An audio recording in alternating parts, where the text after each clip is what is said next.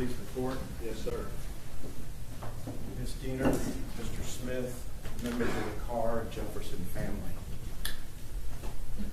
members of the jury. On the night of October 11th, my friend Aaron Dean never thought he'd be putting on his Fort Worth police uniform for the last time. Nor did he ever think he'd be here today before you with the charge of murder. He started his shift like he did every other Friday night when he was working. He's a young officer working a deep night shift, 8 to 6. Check in a little early in the 7 o'clock hour. As that shift went on, during the middle of his shift, he's assigned a call, the call that we're here to talk about today. And as he goes through that call, he gets to the backyard. And as soon as he and his partner go in the backyard, they're immediately presented with a situation that they have to deal with. As soon as Aaron enters the backyard, he sees a silhouette in the window. Aaron sees that silhouette in the window, and that silhouette has a firearm. That silhouette has a firearm with a green laser mounted on the front rail of that firearm, pointed directly at Aaron, closer than me to you to the window. Aaron has an air conditioning unit to his right, a gate and obstruction of a fence to his left, and his partner is butt cheek to butt cheek behind him. He has no place to go. He takes a half a step back, gives the commands as part of training, draws his weapon for the first and only time right then, and fires one shot. And tragically, Tatiana Jefferson is killed as a result of that. How did he get there? That's the question. And remember from voir dire, we start having to talk about the calculousness of reasonableness in this case. For that's what we're really talking about. Was it reasonable for Aaron to do what he did? That's the test for police officers when they use deadly force. It's an officer's worst nightmare around the world to have to draw their weapon and use it in defense of not only themselves or for others. So we have to start looking at what Aaron knew at the time. What did he know at the time? What data was given to Aaron at the time he responded to this call? This case is about facts and not emotion. You can have all the grandiose opening statements about emotion and words and everything else, but we have to get back to the facts. So let's start with James Smith. James Smith enters the stage in this case when he makes a non-emergency call to Fort Worth Communications. Let's talk about Fort Worth Communications for a second. The state at the end of their opening said it was a 911 call. That's common for both tables. We'll probably slip up at the end. It was to the non-emergency number. Fort Worth Communications is based over just behind TCU on the west side of Fort Worth. It's a large room that has multiple stations. Each station can receive calls. One day you may be a call taker taking non-emergency numbers. You may be at the same shift if it got busy taking 911 calls. Everybody's trained the same. Everybody sits at a console that's identical. That's the call taker role. When you call Fort Worth, whether it's non-emergency or 911, they're all trained, and collectively they're all trained in the county together so they can cross over if there's an event. If somebody loses communication, say at Arlington, Fort Worth takes their calls. There's a very robust system for that. Mr. Smith calls the non-emergency number as a result of what his relatives have seen throughout the night. The doors have been open since 10. These glass storm doors that the smoke's being let out of have been open since 10. He calls, and as a result of what the communications officer hears, the call taker picks what code in the system to place upon a call. It could be a welfare check. It could be an open structure. It could be a robbery. It could be anything that they call the police department for. When we start talking about stuff like this, They follow general orders at communications. They have a playbook. This is what I'm being told from the caller. How do I code it to get officers there? Based on what Mr. Smith said to the communications officer. Not what he thought he said, not what he told the media several days later he said. What he said on that call was that it was an open structure. That's what the operator took and coded. In the city of Fort Worth, that gets coded as a signal 56, an open structure. For the police officers, they, in their patrol cars, both Officer Darch and Officer Dean, have what's called an MDC, or mobile data computer, plus their radio in the car and the handheld radio that you see on the officers that have taken you in and out of the courtroom here, and you'll see throughout the common here. So they have their computer, they have their handheld, and they have their car radio. When the city of Fort Worth cuts an officer loose on a call, it's simple. They give them the call through the MDC, and they give it to them over the radio in case they're not in their car at the time so they can hear it. Officer Dean was the primary officer. You may hear a Fort Worth officer during the trial say he was the sheet officer. He was assigned to, it was his beat. Right? He's the primary, Darch is his backup. For open doors, why do they need two? Because in Fort Worth's general orders for communications, it's a priority 2 call.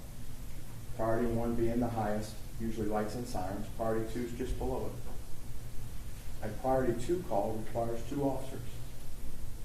If 2 officers aren't available, the general orders say the sergeant or lieutenant on patrol in that area is assigned as the second officer.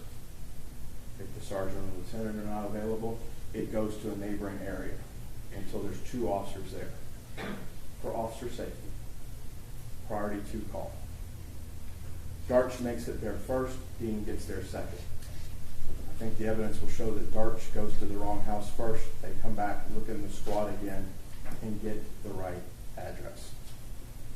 And they walk up to the front of the address. Remember, what did they know and when did they know it? Here's what they're told when they're going to the call, both on the radio, for the ear, and for them to read. Complainant advised, front doors to addresses open. Both the neighbors' vehicles are in driveway. White sedan and dark colored sedan. Neighbors are usually home, but never has door open. The word welfare is never said. They're given a signal 56. It's not a welfare check to Dean and Darch. The doors are open. That's what they have as the data elements when they arrive on scene. In addition to the communications general orders, the city of Fort Worth has a rather extensive set of general orders for officers. Communications is called Play 56. Play 56, Signal 56, takes them to a certain section in the general orders for how officers that have just come out of training, been to the academy, had this book drilled into them day in and day out. Signal 56 is an open structure. You go to that in the book, it says treat it like a silent alarm. Burglary of a building, a silent alarm. Silent alarm, you don't park in the front of the building or structure or residence. And I think Officer Darch will make that very clear to you when she testifies. She did to the detectives that were asking her the questions. You don't park in front for officer safety. So they park down the street on Mississippi, short distance away, and walk up. Silent alarm says you don't reveal your position. You check to make sure if there's any forced entry on the structure. And in fact, as it tells you what you're supposed to do, the unit in charge of the call shall inspect the structure to determine if there's any signs of forced entry. Any signs of forced entry. It doesn't say just on one side. It doesn't say that you just look here and stop. those officers walked up to the front door, and at that point you're going to see Dean's body camera come on. When they looked inside and saw the mess that was inside the front of this residence, through the front door you see the living room. Through the living room it's kind of a living room combo kitchen. Upper cabinets in the kitchen are out, open, stuff strewn all over the floor. The living room looks like it's been ransacked. You're going to hear from both Carol Darch and others that went out there what this scene looked like when they were there. That's a data element for these two. These two see a house that to them appears to be ransacked. We're on a signal 56. It's treated as a silent alarm. They have to be quiet. They're not knocking on the door because that's not what the rules tell them to do. And they see what to them, what Darch is going to tell you, looks like a burglary in progress. The house should never look like that in their mind. That's what this looks like inside. They go down the side. They have to step over a weed eater. They have to step over a mower. Data elements that may sound simple to others, to an officer that works the beats in this area, this is a neighborhood in transition. Mr. Smith and his other neighbors have worked hard to get the criminal element out of their neighborhood. Yet it's still a rough neighborhood. The mosque church next door, the air conditioning units have a 10-foot fence and a steel cage and concertina wire and steel cage fencing around all the first floor windows. Miss Jefferson's AC unit has a steel cage welded around it, and it's new construction. Things that are left outside at night tend to disappear. Burglars tend to leave stuff piled up to take away if there's a burglary in progress. You walk over a weed eater, there's a mower out at 2 in the morning. There's a young man's bicycle out down the left side. They clear the vehicles because that's what they're trained to do at the academy. They split. Carol down one side, Aaron down the other. They meet at the gate. This gate opens up to the out. It swings to the left. It's about 8 fence panels wide is this gate. Hinged on the outside, opens and swings. It's an odd angle when you look at it. When you open the gate and come through, you're immediately confronted with a window on your left. And that's the window we're talking about. It's a rather large, spacious backyard, brand new fence, brand new structure really for the most part. Something that I don't think you would expect when you see the photos for this part of the neighborhood as the community's bringing the neighborhood back. Darch goes into the right, Dean goes in the left, they're covering each other. You're going to hear from Darch that they start what they call slicing the pie. As they're covering each other, they start working the backyard in sections to make sure there's not a threat. Darch has Dean's back, Dean has Darch's back.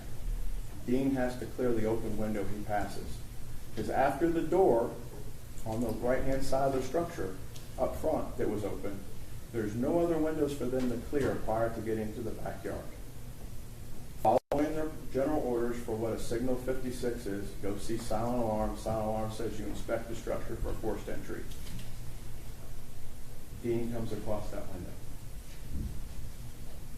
With that window, he sees a silhouette. He doesn't know if it's male or female, doesn't know the racial makeup of the silhouette. He sees it, he sees the green laser and the gun come up on him. He takes a half a step back, gives a command, and fires his weapon. After the shot's fired, they call out. Depending if it's radio traffic, both of them key their mic at the same time. The first one that keys wins. Only one broadcast goes out. You can hear it from Dean's body camera, what they're asking for, a supervisor and MedStar. Darch tells Dean, you got to get in there. We got to get in. Dean tries to go through the window. That's his first reaction. They go in, they clear the house. They get inside, and Dean does find the weapon. He moves the weapon away.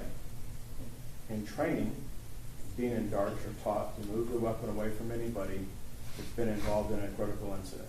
It's part of their training.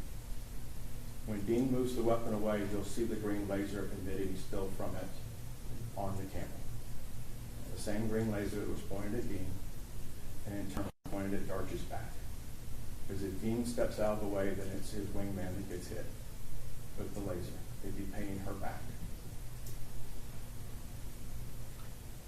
It's true from what the state just told you that her injuries were incompatible with life at that point.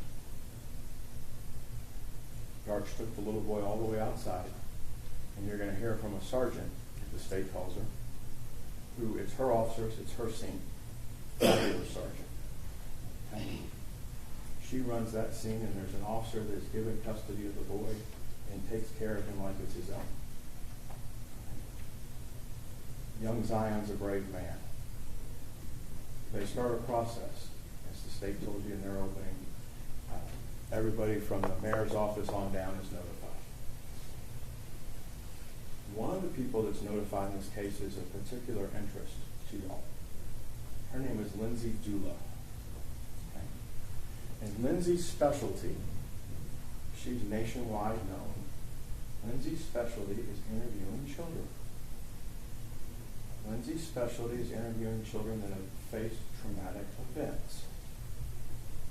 And Lindsay is called in to the place where she works called the Alliance for Children.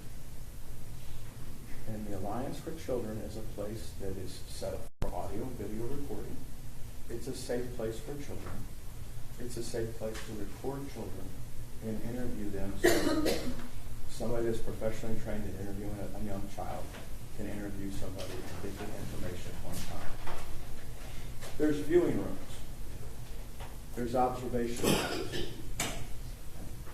Lindsay primarily does this for cases involving crimes against children.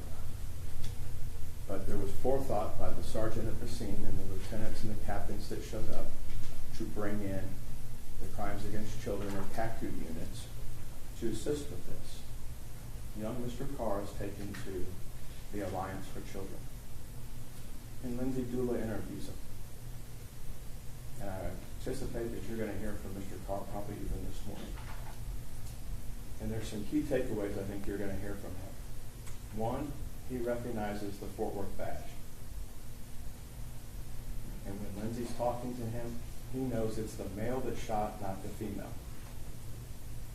So we start to talk about and see what was seen from the inside, from the eyes of an 8-year-old.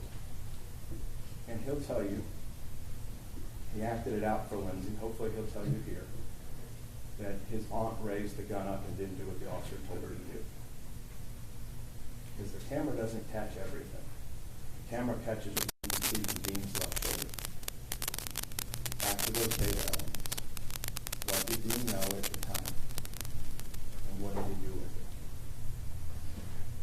They interviewed Darch, Officer Darch, Major Case does.